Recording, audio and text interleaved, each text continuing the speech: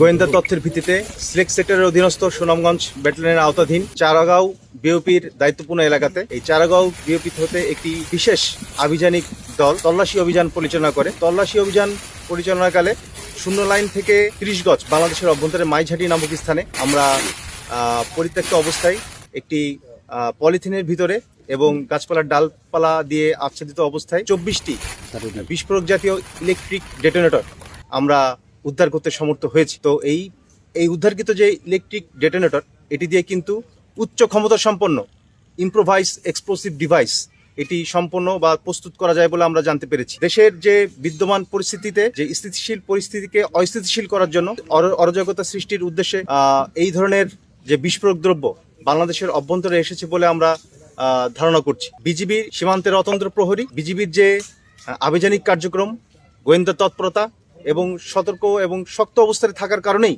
কিন্তু এই ধরনের বিস্ফোরক দ্রব্য চলাচলের মাধ্যমে আসা বাংলাদেশের ভিতরে এই ধরনের দ্রব্য দিয়ে আমরা এটা জব্দ করতে বা এটা উদ্ধার করতে সমর্থ হয়েছি। তো এই ধরনের আভিযানিক কার্যক্রম এবং গোয়েন্দা তৎপরতা আমরা আরও বৃদ্ধি করেছি এবং এটা সর্বদা অব্যাহত থাকবে।